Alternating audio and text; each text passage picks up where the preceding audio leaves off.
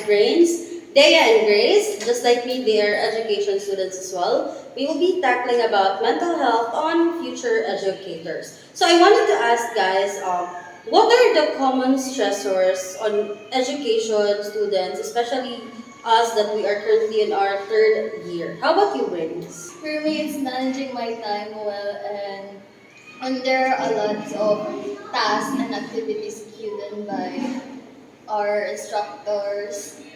I get overwhelmed and I choose to not do it because of the pressure. I instead distract myself and procrastinate by doing things I want to do instead of doing things I need to do.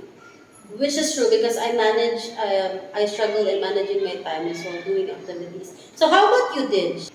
For me, my common stressor is the financial, since I am a solo parent of two and I am hardly coping up since I don't have any part-time job right now.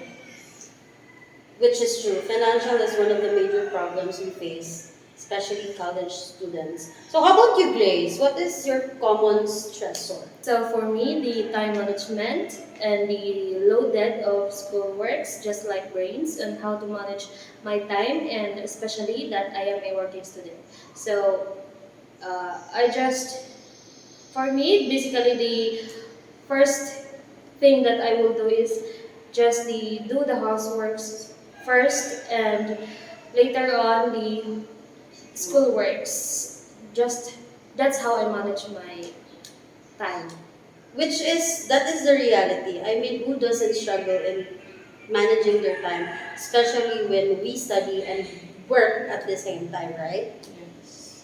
For you guys, what is the hardest part of being an education student, mentally or emotionally?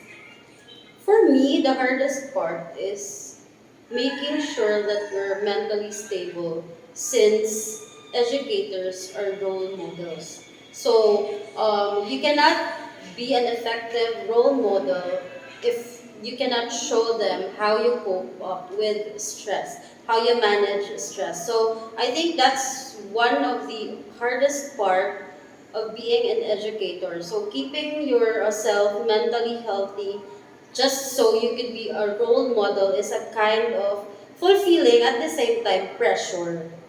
For you guys, what is the hardest part of being an education student? How about you guys?